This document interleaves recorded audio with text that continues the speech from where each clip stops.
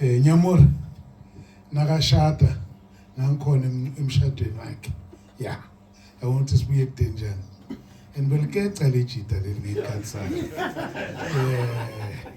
Abazi iWheatbank sasenza imvuselelo kubuvuma ivuma engaselikhayinsweni mabe kuliba ne passage so bekunomunye umzalwane the light brother was limping from Soweto Sam ya brother Sam Ramabua ya manje yabona besilala esikolweni leso sikhathi. That's how far we come from. Sasilala esikolweni nakunemvuselelo manje because labafana abagangayo maphela ngisho abafana yeah uzobona sebusuku kusemnyameni uzapheshe uRamabua ehamba so aqhwalile so uzoza pheshe athi ngingarasi bangene ngapha kuzo uBishop Jele aseseyang so athi no mina ngizocela nambe ngapha mina ngizovela ngapha uyangalo uyobablock ngase passage nasibathusa ngapha kanti yena uyazi uzozakhala ngani phapha ukuthi kunabantu abanafika ngani uJele uyi1 ngapha benkamuthi alalikeca lejite ngenkathana angaza bomuzi manje nenhlanhla abuyethema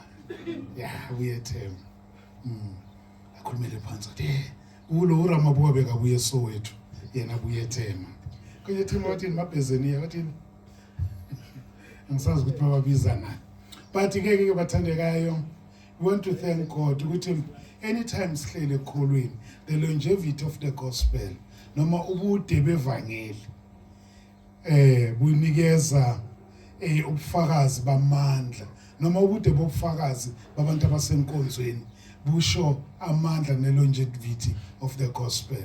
Nje kuthangi kushone ubaba Magagula umfundisi Magagula wase-Assemblies. That man wamfundisa ka form 2 and he was by that time kungakabi fashionable ukuba born again as a teacher. That man wayutishara wayefakaza.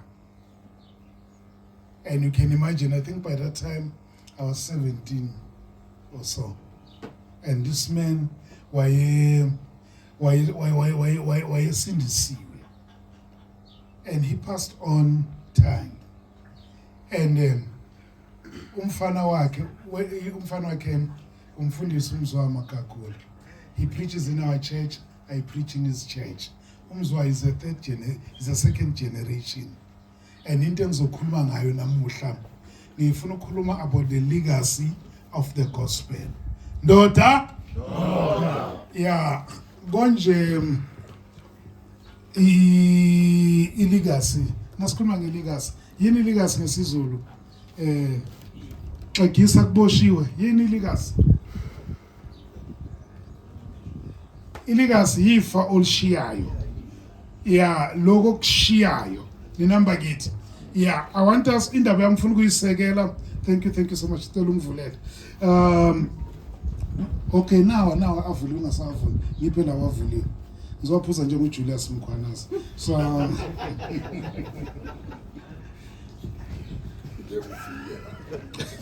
Proverbs chapter 13 verse 22. Sifunda the first part. And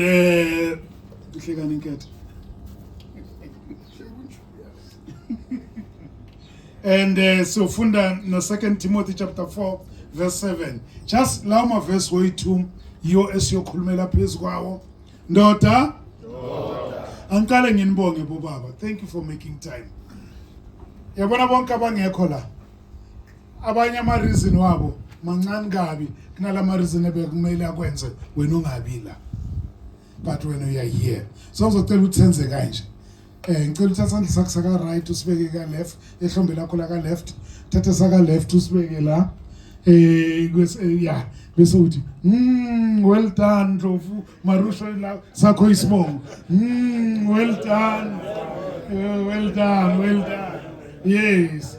Yeah, sometimes you must give yourself a pat, okay? You don't wait for other people.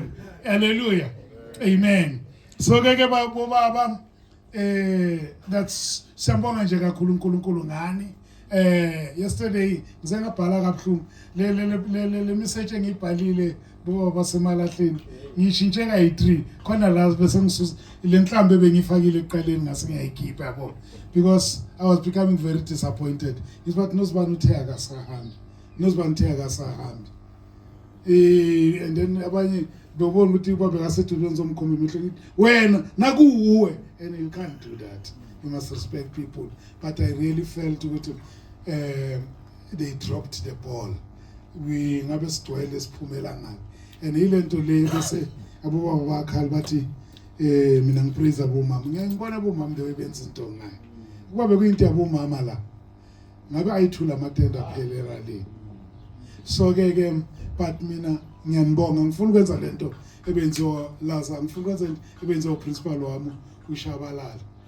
Sithi sifike early sibile lapha athi bheka nimbijana njani, bheka but naba abanye uvali gate leso sikhathi bangapha athi bheka naba bheka nimbijana njani nihlangana nhloko masazi olusho thina olusho laba abafika. And then status naqeda, then Ivan ataqala ukula athi siyabonga baba. So again, thank you so much. You all had compelling reasons zokuthi ningabi khona, but you are here. This shows ukuthi ubaba wethu simhlonipha kangakanani, ubaba wethu simappreciate kangakanani. Once more simshayeleni izandla. I'm reading from Proverbs chapter 13 verse 22, the first part of the verse, which says, a good man leaves an inheritance to his children's children. Indoda ehlakaniphileyo ishiyela ifa kubantwana babantwana bakhe. Ayithi kubantwana bakho, kubantwana your children's children. Ninamba kithi. So this is about generational. Kunenye into kumele we understand as a man, as you are sitting here. uNkulunkulu utshale ama generations la kuwe. Amanye awayo phuma okhalweni lakho. They are not going to come from you as from your loins as a biological father, but there are a lot of men you are going to father, and those men, those people you are going to father, that is going to be your legacy. That is what is going to be your legacy. And I just want to say to you, never ungalinge uzimede ngalendlela umhlaba ukushaye wakudlulisa ezintweni ngayo. Namba kithi ngenze umhlaba ke wakudlulisa etshwaleni, ngenze umhlaba ke wakudlulisa ekretrenchweni. You see, the biggest challenge ngamadoda, we are very sensitive ekuzimedeni ngezinto eziphathekayo. Actually, we are very quick ukuzimeda ngezinto eziphathekayo. And lezo zinto, they don't matter much than truth, than honesty, than values. Ninamba kithi. Ngathi lo mfo osiphamanzi angasheshisa qede. Ngiyathi stebe kanyana soma abantu baloko bazula sengikhuluma, angifuni bazula engikhuluma. Ngoba ngizogcina ngidabula unyathika inyamakazi ngencindi kanti ngishaya umuntu wrong. So ke bathandekayo, uhlelila emgodleni wakho, even umgodla wakho wakamoya. Ngisho mningi lemgodla, nalomgodla lo yena ukhumbula musa, leyamgodla lo yena. Amen. Ngenze kona uzale umntwana oyi1 emhlabeni, mara kunabantwana abayi1000 yobazala ngoba usesenomgodla kamoya. And today ngifuna ukukhuluma ngalomgodla kamoya. Nina mehlobo zami, kula ilegacy ivela khona. Uma sikhuluma la emhlabeni sikhuluma ngelegacy. Ilegacy ukuthi ushiyane emhlabeni. khuluma kwezwe nokulindela kwezwe. Ilegacy yasezweni is what you leave for the people. That is what you leave for your children, for your family and all that. That's not bad, that's good legacy, but it's limited. Remember it. The greatest legacy is what do you leave in men. Ushiyani kubantu. Ushiyani. So what do you leave in men? That is, what do you leave? Uma unkethe ngimshiya, yini le ngishiye phakathi kwakhe unkethe. Uma not only what is inside him, but what I also live through you. Ninamba get. I'm standing here. Njengoba ngibela phambi kwenu. Kunezinto. Ngicela nisifake lapha evenini, leze nisiphethe lo mfo or ninikele baba unyamakazi. Yeah. Yabona lokuhlala ushumayele kuvulekile emuva. Ubona nabantu abalwayo. So uthi eish abazalwane. Yeah. So ezihlobo zami. What you live in men and what you live through men, that is the greatest legacy. Ninamba get. And uba ukushiya ilegacy. Akusikuthi ushiye imali eningi.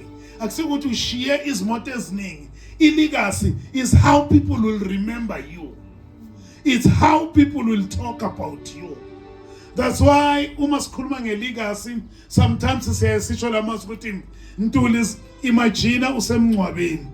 Sibone ngathi njengoba sihlele emncwabeni. Lapha phambi kwethu kune box lomncwabo. Siyatholana? And njengoba kune box lomncwabo, kunomuntu olele la ngishabela ungibayalivula sona. Thola ukuthi uvele so. Bese bayeza abantu bazokhuluma. Imagine uhleli lapha bayeza abantu bazokhuluma ngalolele kule box. Bakhuluma, uyabezwa zonke izinto abayishoyo, sebakhulumile, sekufika le part yokuthi bazobona lo muntu oshonile. Sebasukuma ke before zovala. Ngisho sesicedile ikhuluma.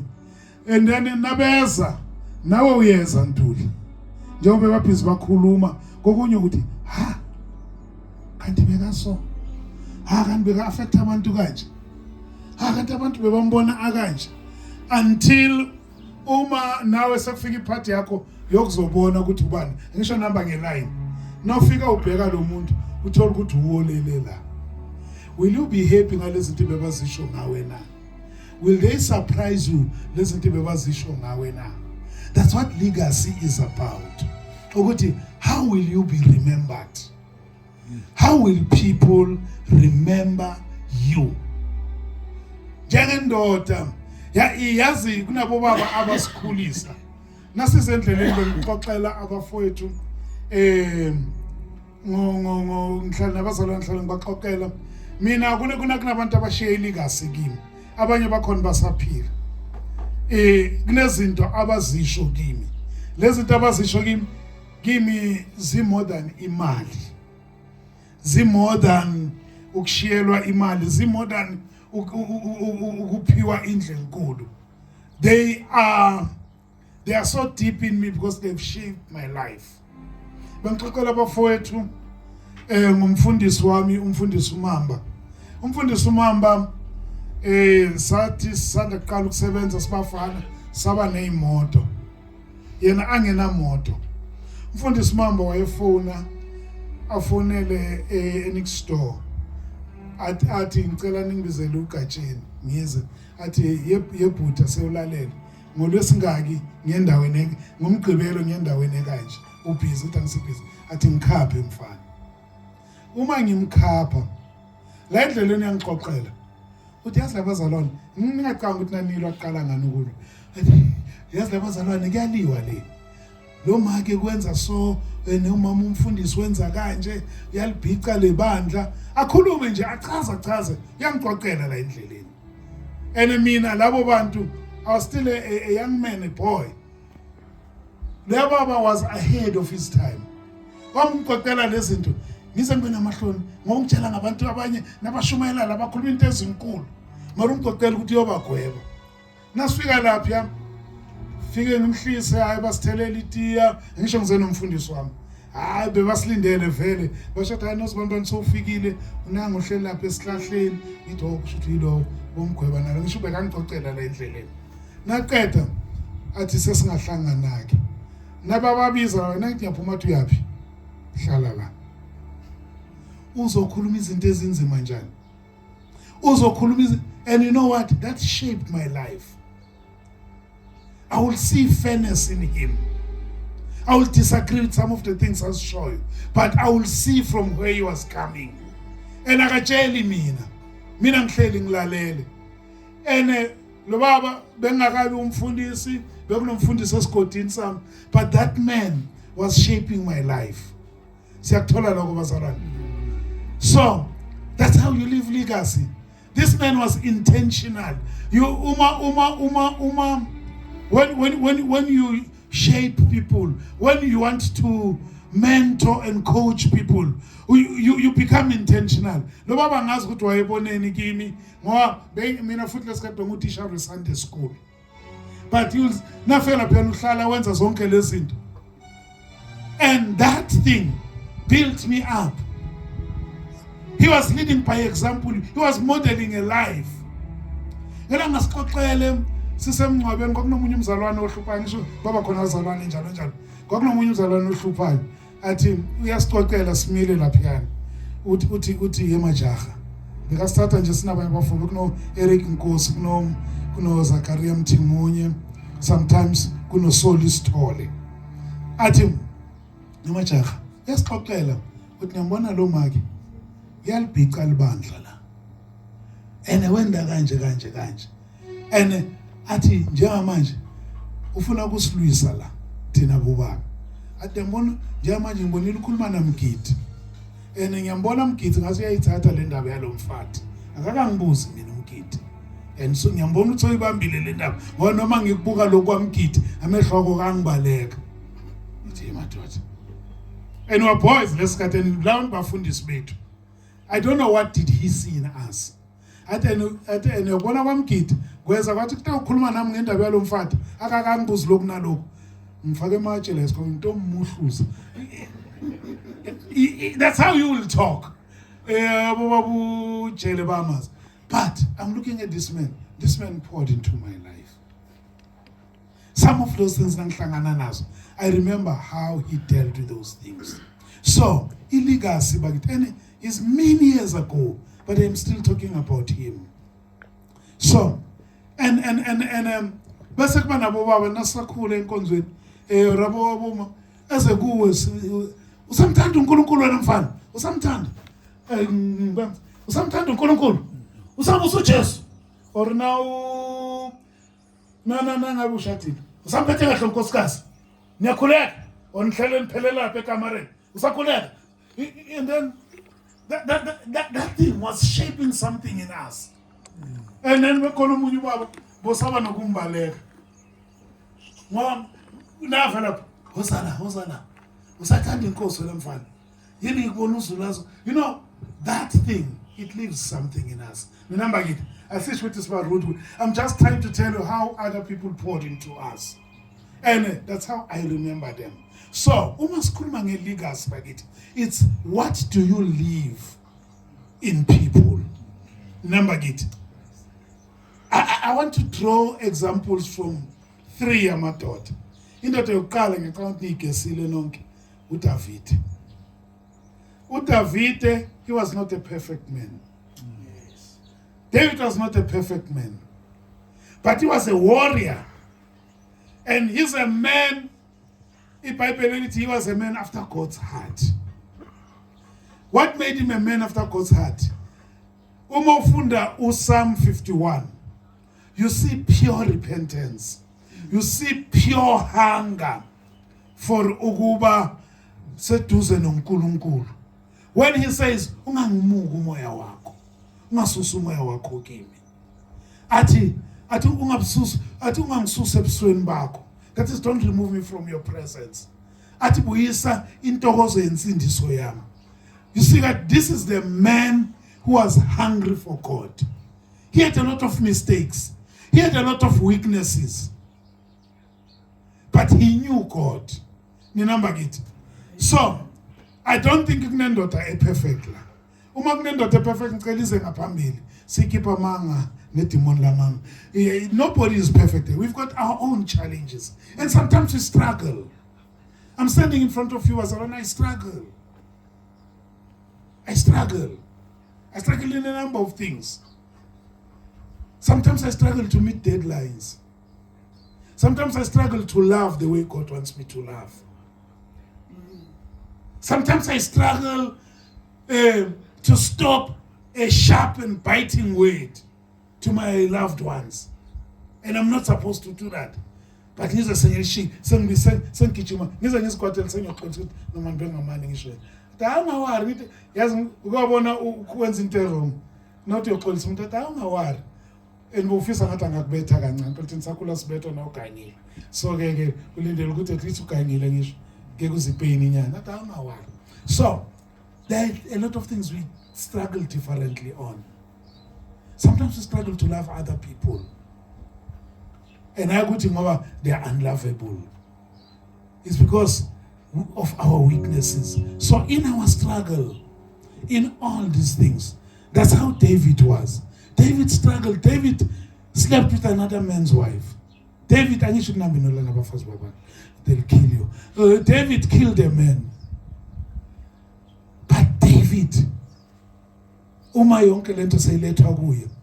way he repents. That's why ufunda chapter 51 ubheka history yakhona ithi ihubo lika umthandazo kaDavid emva kokuba umprofeti ubani umprofeti konje Nathan. Yeah, after Nathan had told him ngale ndaba yakhe uthi the way he starts uthi banomusa kimi uNkulunkulu ngoba isono sami siphambi kwami right through. This was a man he was after God's heart. But as much as was chasing God's heart, he was stumbling there and there. And what did David leave us? David left us a legacy of the book of Psalms. Siyabona lokho kubulala boGoliath, siyabona nani. Mara uDavid uma encwadini yamahubo. Incwadi yamahubo, he wrote almost half of the Psalms there. And they speak to our situation. That's his legacy. Remember it. And that legacy, actually yesterday you spoke about David. And thank you for the prayer this week. Daughter. Akona madoda ilandelela umthandazo sekuseni. Amen. Amen. Phela ngicela ukuthi thina ke nasesiphendule noma ungafaka le emoji ubhala uthi ndoda. Sibona ukuthi mangaka amadoda alandelayo. Ndoda? So David is the man who left us legacy. A legacy yokunamathela kuNkulunkulu noma sekubheda kangakanani. A legacy yokumthemba uNkulunkulu. Phela uDavid uma bamthathela abafazi nana neZiklag. Wayebuye koncedisa amaFilisti. And amaFilisti izitha zika Israel. And so he had no business in doing that. But even after doing that, uma ethola sekubheda lapha kushisiwe abantwana abathethwe nelwane sithethwe konke, the first thing he prayed. He prayed. He sought God. Iligasi esishiyelwa uJehoshaphat. Jehoshaphat, when 4 enemies were attacking him, nanamhlanje uma sikhuluma sishumayela sithi the battle is not yours, the battle is the Lord. It's simply because uJehoshaphat kwathi nakuvela lempi ithi iBhayibheli nofuna ngiyathanda verse ngazo verse 4 verse 1 ithi washaya uvalo wase ephendukela kuJehova. Kunezinto vele ezosishayisa ngovalo. Sekushayela uvalo, don't panic, buyela kuJehova. Number it. And let you go to Jehoshaphat abuyele kuJehova. That thing, he made him to leave a legacy for us. Ngona ufundile kaJehoshaphat manje. Kuna powerful statements like ati asa asazi ukuthi sisenze njani ngalesixuku ngalokuqaba noma ngalesixuku esibheke ngakithi ngalesixuku esisi-attack-ayo, but amehlo ethu akuwe Jehova. Our eyes upon you. That's the legacy. What is it that you leave? Kunabantu abashiyela abantwana babo legacy yenhlamba. Of course. Nakwazi lokho. Bashiyela abantwana babo legacy yenhlamba. Endlini ye-strip from ekhaya.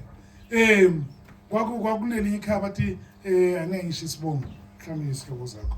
Mara lo mama wayesagirimane so bathi uyabhanda. Athuka abantwana bakhe.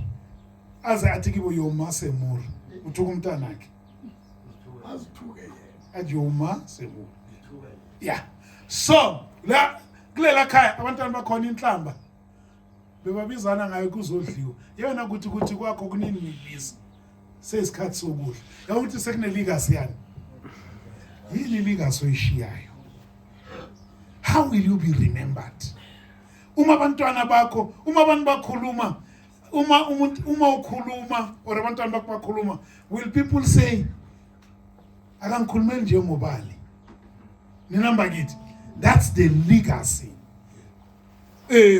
which we want to leave behind. David left us a legacy, my daughter. Yeah, of the Psalms. Legacy ukuthi never mind how broken you are, never mind how bad you have been, you can still come back to God. uNkulunkulu akulungise. Ninamba kithi. And i-challenge enkulu kumadoda ukushintsha. Yazi ukuthi amadoda awashintsha. Awathathu amadoda akuthi awashintsha, awathanda ukushintsha. Nanganibuza mina umngane wakho owangena naye esikoleni kaSub A. 3/4 yenu ngingambala ukuthi ubani. Mina umngami ulethwe yimi eWitbank Phola.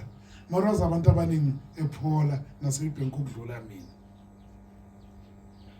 Women change easily. Ngazokuyena kunothisa lokho. Women make friends easily.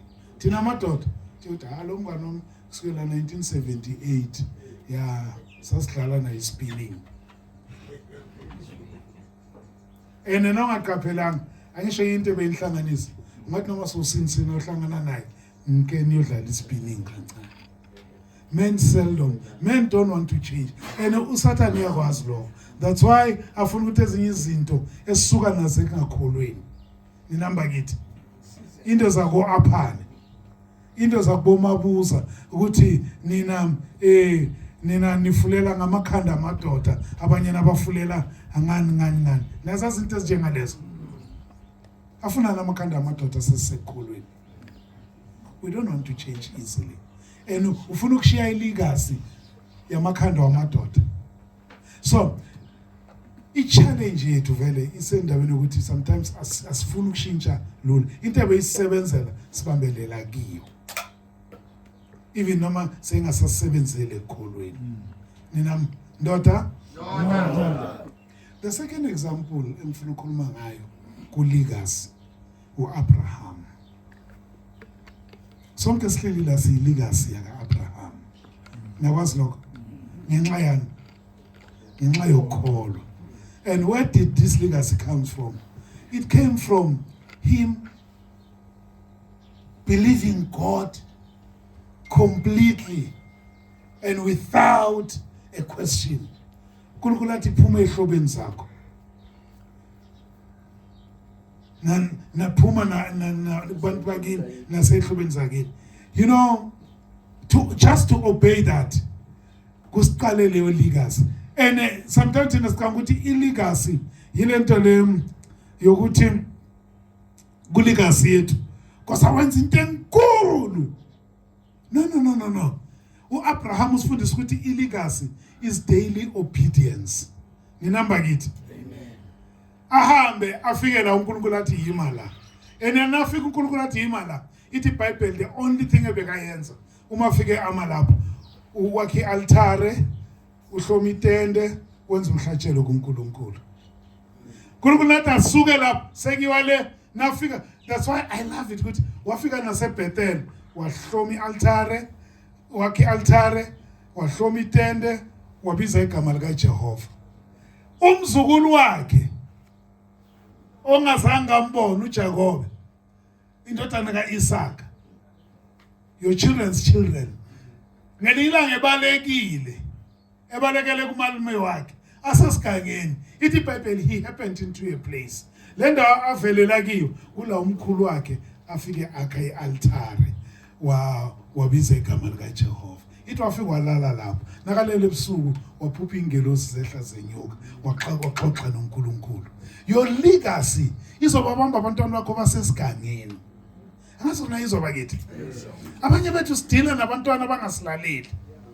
Omunye uqale kahle wakhula eSunday school, wenza konke, wafunda, wenza konke. Nafika somewhere, manje wabanja umunye umoya washona le. But one day there will be an intersection or a convergence la azofika khona where there is your spiritual roots, there is your spiritual heritage, there is your spiritual point or figure wayenza wadlula athi nakafika lapho. That's why the facility indoda ehlakaniphile, good man, he lives in inheritance for his children's children. uJacob i-inheritance ayithola laphiyana ukuthi walala endaweni la umkhulu wakhe enza khona i-altar. Nafike alala lapho angazo kwa-connecta ini, but izulu lavuleka, uNkulunkulu wehla, wabona inyengelosi zehla zenyuka, waxoxa noNkulunkulu. uNkulunkulu wavusa that covenant ebekayenze nomkhulu wakhe. That's a powerful legacy. Satholani bakithi. Amen. And yinto esingayitshala to our family babumgidi, singayitshala to our children, singayitshala kubantwana la enkonzweni, singayitshala kubafana. You know, I like, I guess we are doing a better thing, but I like what has been happening in our church, in our locality. I spoke in beginning of August. I said, I want the church to hear a different voice. They must hear a voice. And then we brought that voice. I spoke to the youth. The youth started was it you last week? Yes. And thank you so much for that. You know what? I want our children to hear our voice. And lantwana balandu umamumoto ngikhule naye. Awusesomuhle sesebafana bona nisesikolweni. Awuzuzunyana omuhle ngikhalela omuhle sonimbuzo. Yamona vele ukuka nobuhle bakhe. Lo mama usifundele iBhayibheli. Ngangifunda naye nobaba wakhe. Baba wakhe wamswipa kuqala. Ngiyazi khona uPonsiliche la. So labantwana lo mama sisindiswe almost the same age. Lo mama uhambile ekholweni, udlulile entweni eziningi. I was so excited things with labantwana bambizile lo mama ukuthi azokhuluma nabo ngokukholo. There is a lady who's a worshipper, Mamsam. Mamsam, I know kholo kwakhe angakabi ukhonza nathi. I know her resistance and her resilience ekholweni. Lantwana bambizile. Yabona ukuthi manje sekwakhiwa legacy. Nalabo abanye angishawe bafika ekholweni babo bese nabangani babo nani. Now they hear stories. Remember it. They hear the rich heritage of faith. Bazalwa madoda. Daughter. We're here to build legacy. Amen. Khasa mishonile. Fumbezi, muthi nababuza nabathi ubabani ushonile. Wonke umuntu Nkosi yami. Bangathi usho muphi? Hayi lo bekafika hlale lapha so angathi ubhaqile. And na usho no lona phuma inkonzo vele. Hayi angeke umbone vele. Bakithi we are not called for that. We're not called for that. We're called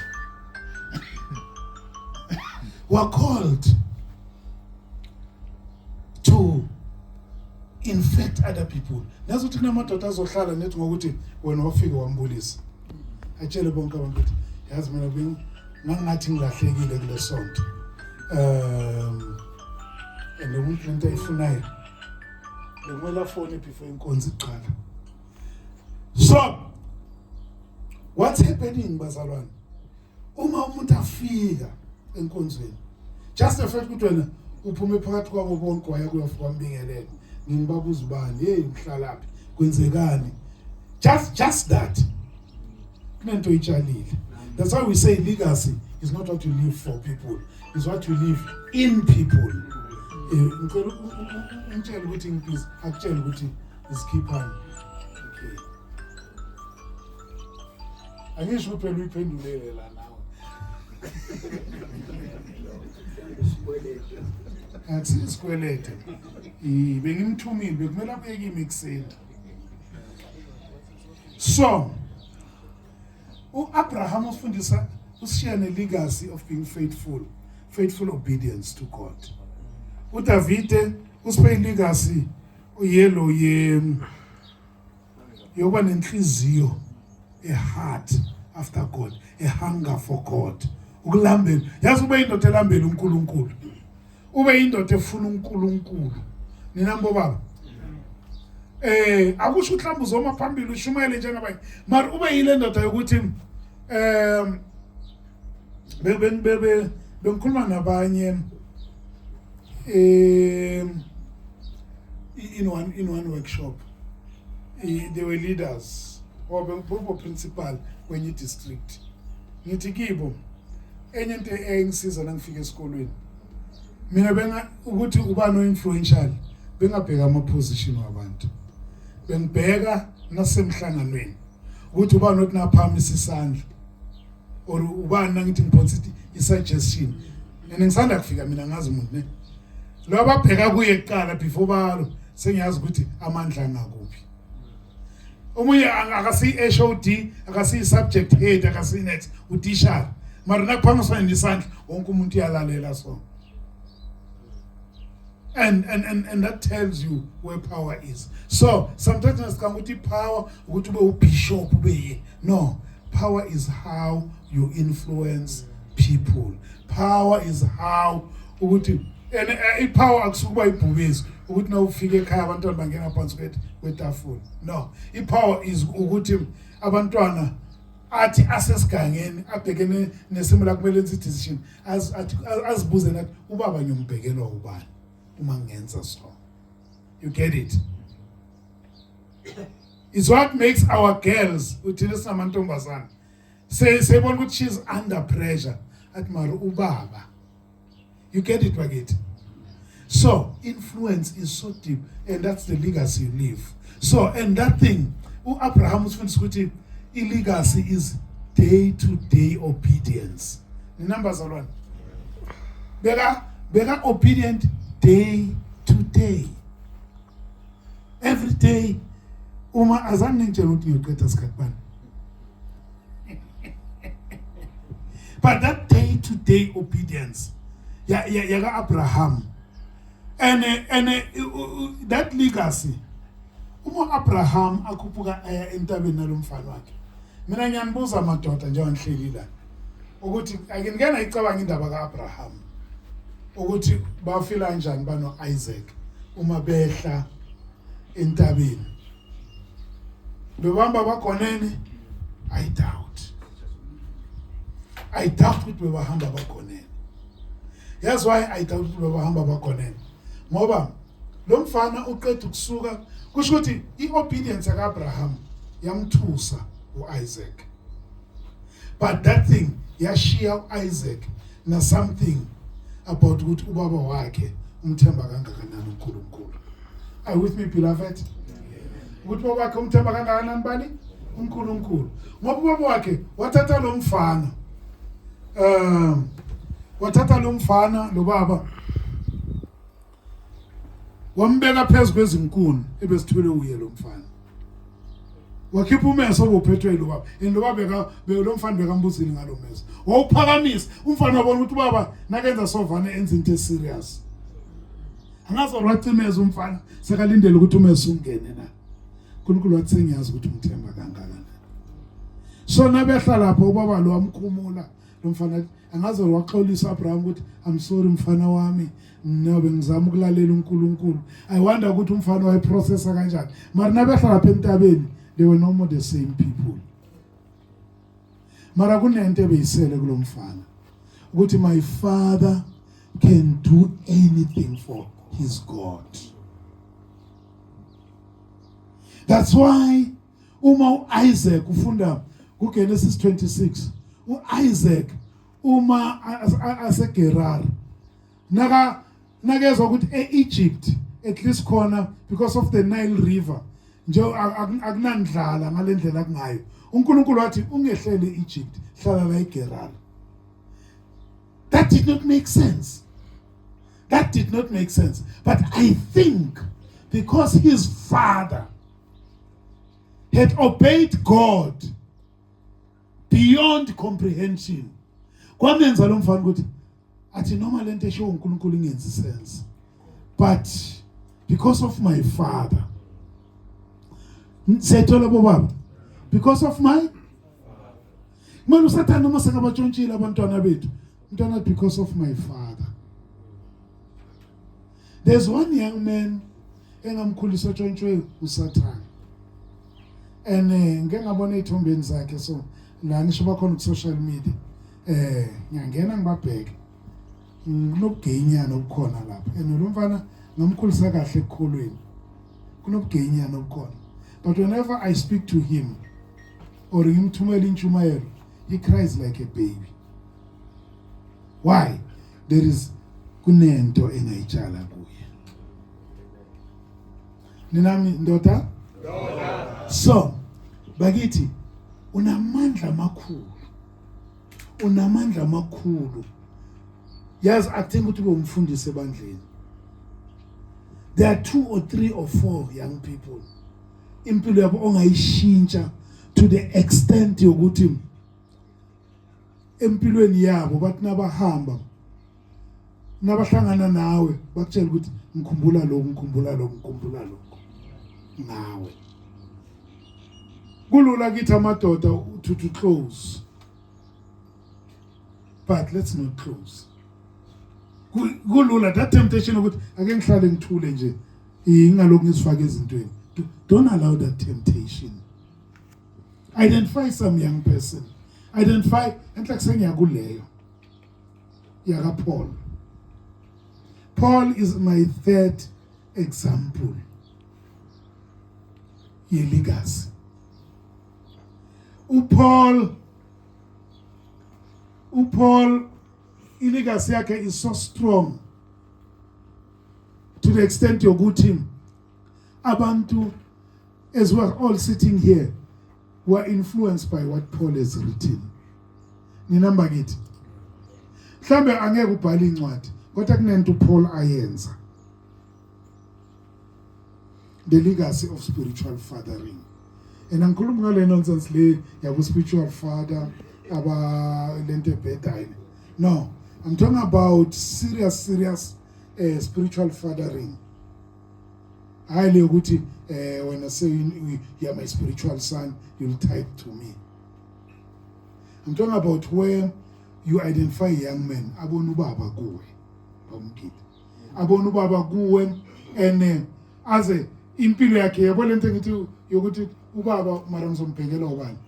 Athi nacanga ukuthi yongimara babukhithi ngizombhekela ubani. Awusumfundisi wakhe awukampaphathisa ukumpaphathisa, but the influence, the values owa implanta kuye lo mntwana.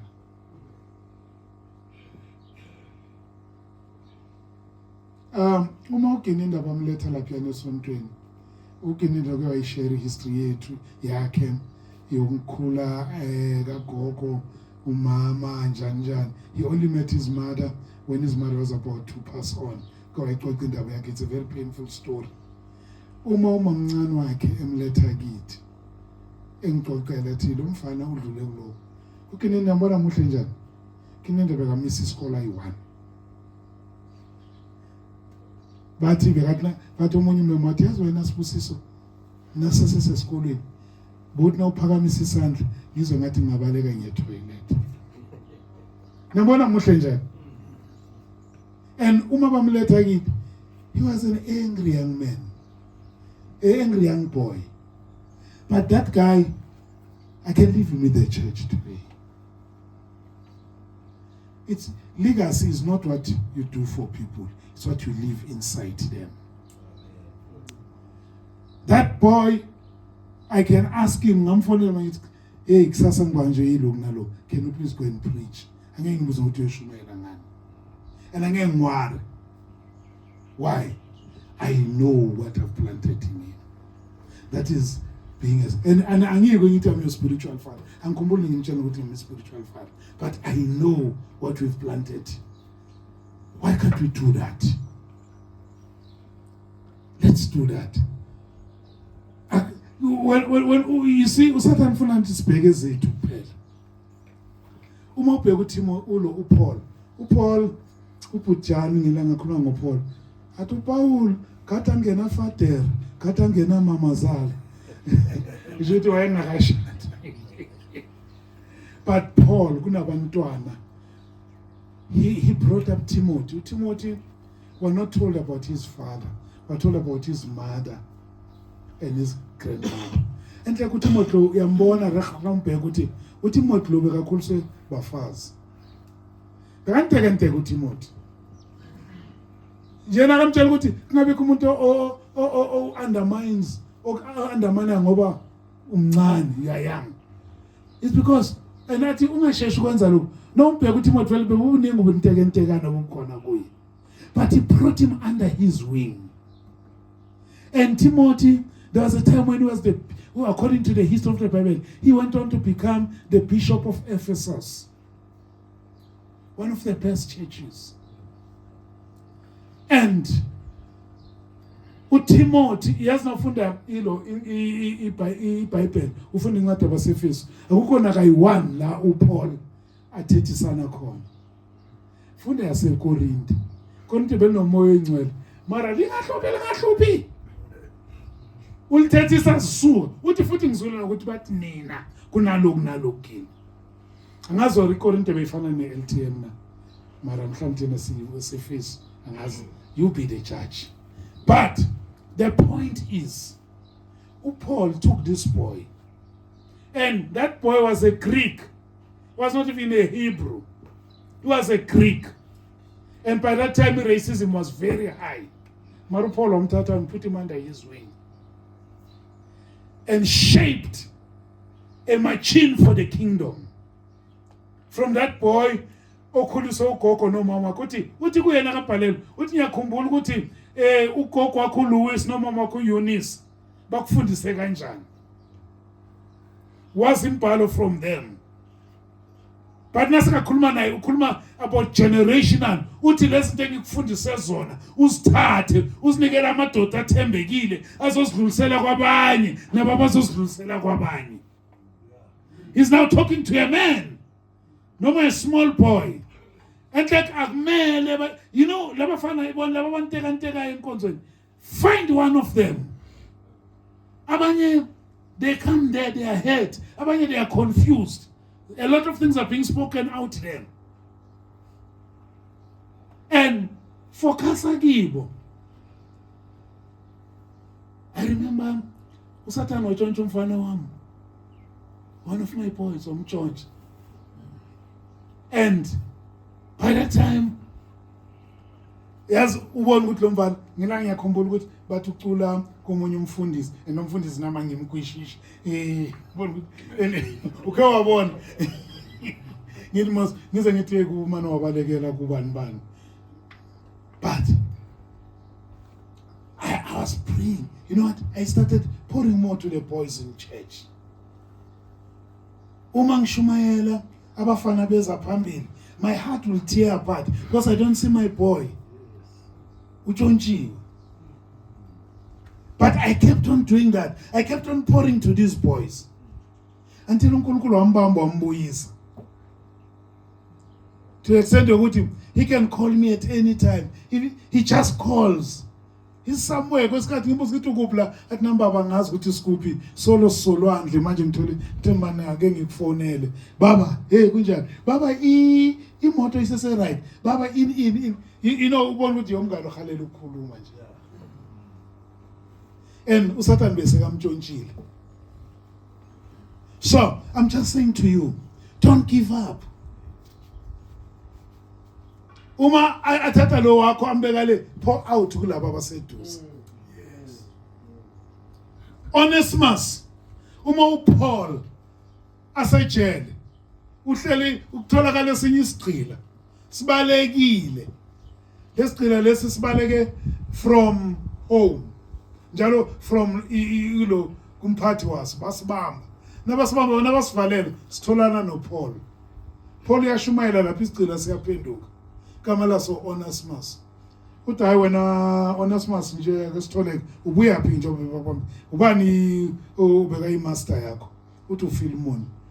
Oh legama uFilemon yathi akusu mina uFilemon engimaziyo yiyo sehlala endaweni esoso sicela sithi uye baba no muslo uFilemon loyo sewalamukela ivangeli.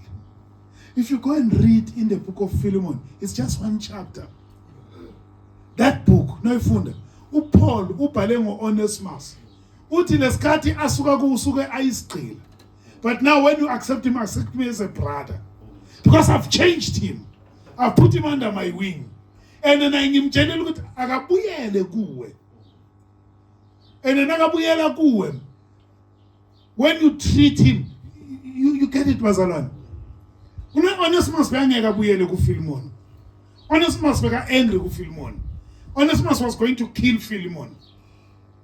But after going through the hands, Onesimus was an angry young man. But nakabuyela kuFilemon, ubuyela as a meek child of God. Why? Ngoba udlule ezandleni of a spiritual father. Ndoda. Asimlayo uSathane. Nakathi uthatha wonke umntwana thatha umunye, shintsha 4. And now shintsha le 4. You are minding God's business. And God will mind your business. Ndoda. So, it's illegacy uPaul ayishiya. Uma ulo uOnesimus abuyela kuFilemon. I wonder amanye ama-slave master bekabuza hayikhona uthini Philemon uzizele yeah kwenzeke kanjani nokunendoda ahlangane naye ejele umkhaphela uzokubulala akunangeke ngibulale lo because even by that time nofunda history of the Bible the slaves were killing their masters bengasema masters the slaves will kill their masters. So Philemon was taking a risk ukumamkela back Onesimus, but because of the spiritual father. Daughter? I'm telling you, Baba, sinabo mama bamajimbo sezinkonzweni zethu. Akusinjalo. Yeah, abantwana abantwana babafana. Komkhuzele yena. Komkhuzele? Uyongitshela enye into. Hayi wamvulile. Cela lo mfana mke azohlala kwakho just for 2 days. Hayi, so ngina ngimthola usonesinye style anyana. Nangena ngale toilet nakayochama ufike uyahlala akamachama. Ngisho bona mama akho ufike uhlala right room. Ufike uyahlala. Uthi manje ngamwarisha ngathi hayi mhlambe bekuyana ku number 2. Bathi hayi sengimsike kai 1 ngimthole nangithi ngiyambuza yakwatha uthi kanti mina ngigade yena na.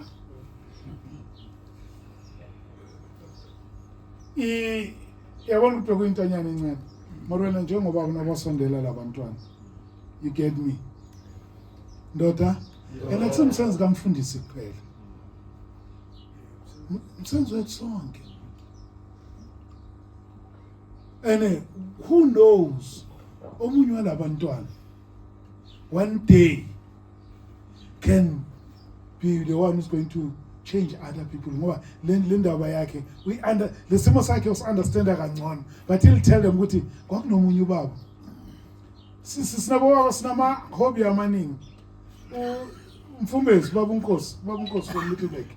Baba uNkosi usogijima ngaka marathon 17. Enhle sonelo permanent number ne? Yeah, 17. I'm telling you. Yin baba uNkosi. Yabona ukuthi asazana. Baba umfumbezi. Uyangenza ngijima umfumbezi. Angikhuthaza. So, mina ngijimela fully health. Nomuntu nje sengamshiya. Angibona mncane. Mina ke ngishiya. Ndule ngimfundisa zakho ngazongiphendula.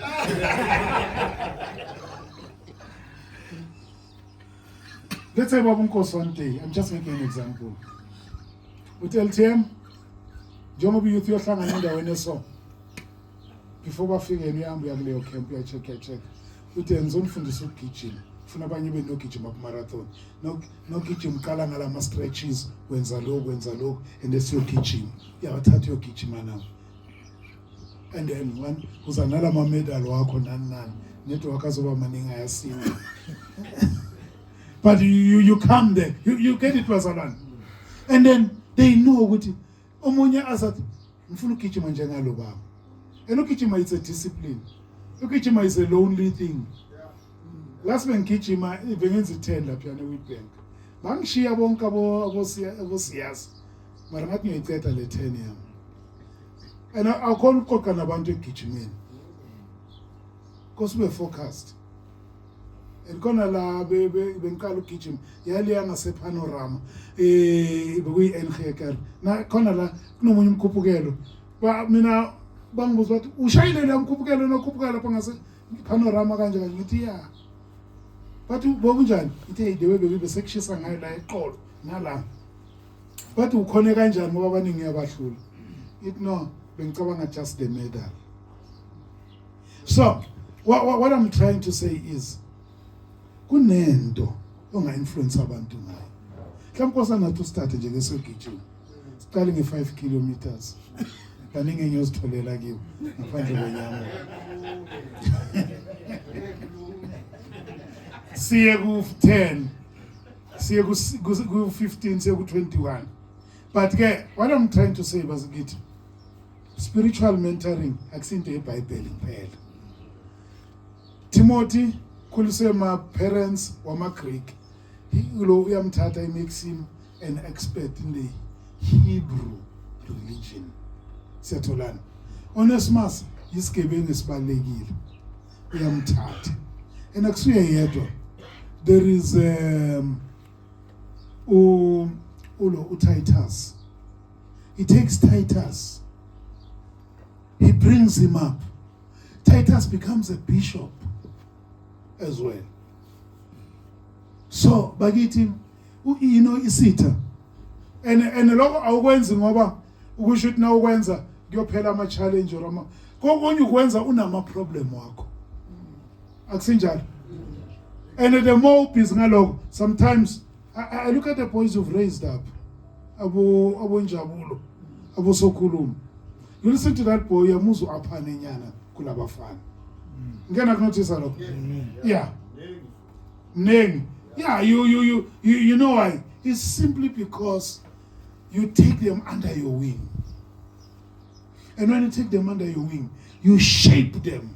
Bakithi, abantwana bethu bangatshontshwa ma drug lords, abantwana bethu bangatshontshwa abantu esingabazi. Sikhona, hayikhona. If you have changed 2 children, you've done a big job. Imagine lo muntu owashumayeza uBilly Graham. Lo muntu owashumayeza uBilly Graham. Ngicabanga ukuthi kwantu abashumayeza abaphenduka bebangafiki na ku20. Umunye wabe uBilly Graham. Wammentorisha. Billy Graham preached to millions of people. Ama-evangelists manje nabakhuluma ngawo bathi he's a black Billy Graham, he's a what Billy Graham. Bameta ngaye, but he was mentored by one man. Ndoda kulula ukuthi vele nakimi yangifikela lento bakithi futhi at my age angisho sesiku semi retirement mara ska retire mara mina ngiya retire yazi kuphi retire not RTIRE RTYRE yabona itayela nolifaka elinye ya retire it. I'm busy retiring because I still believe. So but at this stage always this temptation yokuthi ngibheke izinto zami ngedwa. Ngiyakhumbula babomkhulu wami enye into engithanda ngayo bengimvakashele emaplazini in his last days. Some of the things ebekazikhuluma ezinye ama challenge engihlangene nayo emshadweni wami. Ngasibuza ukuthi mara babomkhulu bekakwazi lokho na. And sometimes ubuhle bakhe ukuthi bekakholwa and then ke yabona baba bamaZulu abakhuluma naye komunye bekakhuluma mina ngasihamba naye eDelmas imkhaphe kaDoctor sihlangana nomunye baba uMaseko uhamba nomkakhe ncamane kunjani ncamane wenze njani unkosikazi hayi baba uNdlovu lo nkosikazi wasaca kangaka buka wena ukhuluphele njani umenzani lo mfazi enesimile la kusestradini nabantu sabawonke sebafuna ukubona uncamane unkosikazi ozacile. He was a straight talker. I've learned that from him. You get it, Baggett? What is it? What will you be remembered with? Abantu bokhumbula ngani? So, when we come together as men, mina I'm saying to you, my daughter, lento uNkulunkulu akufake kiyo, whatever it is, you can change lives. And or uNkulunkulu akakuphanga ukushumayela kuphe umsebenzi wezandla, you can change lives.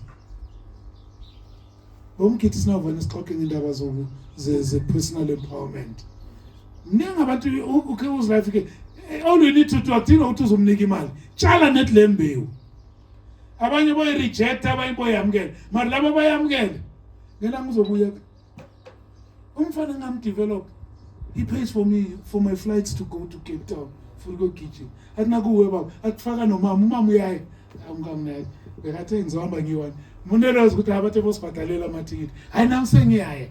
Hayi nami vele sengaba neza kwami sekumnandi. That boy wayehlala emaplazi nakuphuma inkonzo. Nakumele bawalk back ngoba bangenamali i-taxi by the time. I will ask them bayodla kuqala ekhaya. He calls me, says to me, ba uNdlovu yazi ukuthi ngafunda ukudla ngefork and knife kwakho. Ngithi unamanga wena. Uthi that's what I did. And ngenxa yomsebenzi engikwenza by that time besengiqale ukutrainer ngisengiphumile ka teaching ngenza training. Ngangimcheka umenjani ngekule weekend kanje kanje. Yazi kunabantu engibatrainayo eVal. Ngicela ukuhamba ngifuna uhambe nami. Ngihamba nami baba, yeah, ngihamba nami.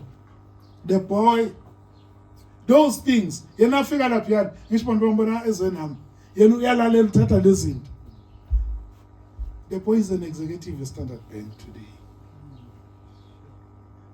The first time he was flying overseas, wayefona asel airport akhala. I wouldn't have been here had you not fathered me. I had never met his father. At least mama can get ngambona.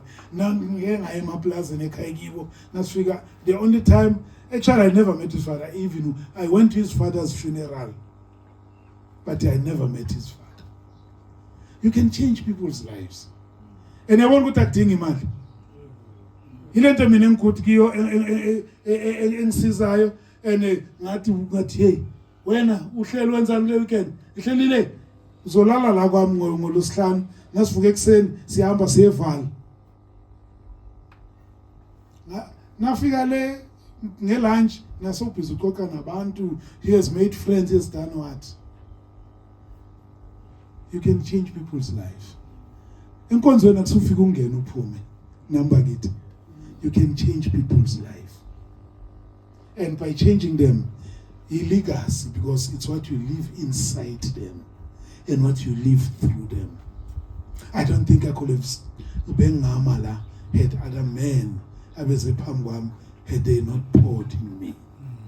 Let's look out there and see who can we pour unto. Daughter? And enye into bobaba selivala. Angeke sifane, angeke silingane. Ungalingi umede uzimede ngomunye umuntu or umede injabulo yakho ngenjabulo yomunye umuntu. Siyatholana? Ngazi bangake bebazimeda ngomaxala. Nabambona hamba lapha. Nase sizwa lezi zinto ezenzekile. Abo Julius ukhona lesithombe ameduze nale jeep engiyithandayo. Engifake nale badge engihalela ebhalwe patrol what. Enumile lapha. Angisho ukuthi bonke abantu average benze ukuba. Mara ithi iBhayibheli uma babe ephumelela ungabahaleli. So njengamadoda, let us stop. Enye into esiminyezelayo leyo. When ufuna ukuzicompare nabanye abantu,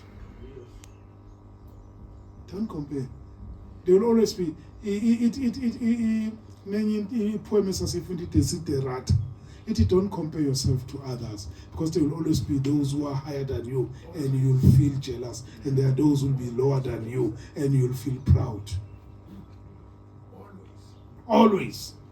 Must compare no. Mina compare no muntu. Ngewene yami Toyota le ndala evitikile. Ngilila ngize enkonzweni ngigcoka isudu. Manje ngisuka uMamdlovu angicela ukuthi ngithenge something emall. Ngicela emall hlangana with one of the apostles. Ngiphuma kule van ngigcoka isudu. And then kwenzekani? Imoto iphukile noye kaphula. Bathi nobe ngenkonzweni sengibuye inkonzo yethu iphuma early. So sesiyaxoxa-ke. Uthi why need no high? Actually, I love driving in this because nobody sees me ngihamba ngale. Who looks at a man ohamba ngevan evitikile? And that doesn't change anything in me. I'm still who I am. Daughter, you are still who you are. And don't allow sengivala ngale statement engiqale ngaso.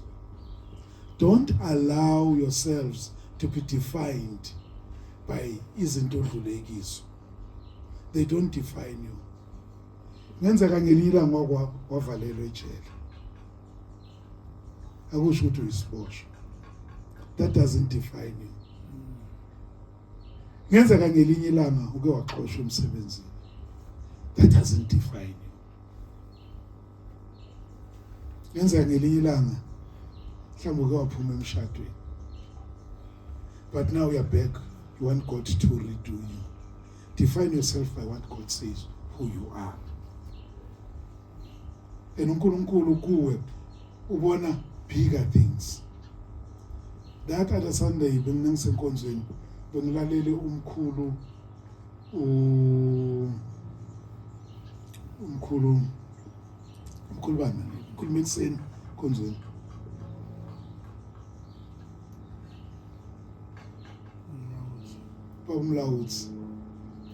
Bomlawuzi, he's just spoke so deep and from his heart. And the way he shared, actually the way he was talking, I was taking notes. Akhuluma ngathi amadoda ukuthi ungaye ukukholwa ngenxa yenhlupheko. Mina ngithi ungazidefine ngenxa yenhlupheko odlulekiso. Number kithi ukuthi ngomunye uChristmas wawudakiwe wajive isitwetla wakhumula zonke impahla wajive. It's fine. Manje awusadakwa msangisho. Wayevuma ukuthi uSathane lokho azokukhumbuza lokho. And wena ubuso umele emuva. So emgodleni wakho wakamoya ngikholise ithwimi lomgodla. Khona umunye angeke sikhombe sinabantu abadala. Mara khona umunye umgodla ne? Khona umunye umgodla. Ndoda? Khona umunye umgodla ne? Ithi iBhayibheli kunezizukulwane kulo mgodla. Kanti nomunye umgodla kamoya. You can change nations. You can change generations. Ndoda. Cela siphakama.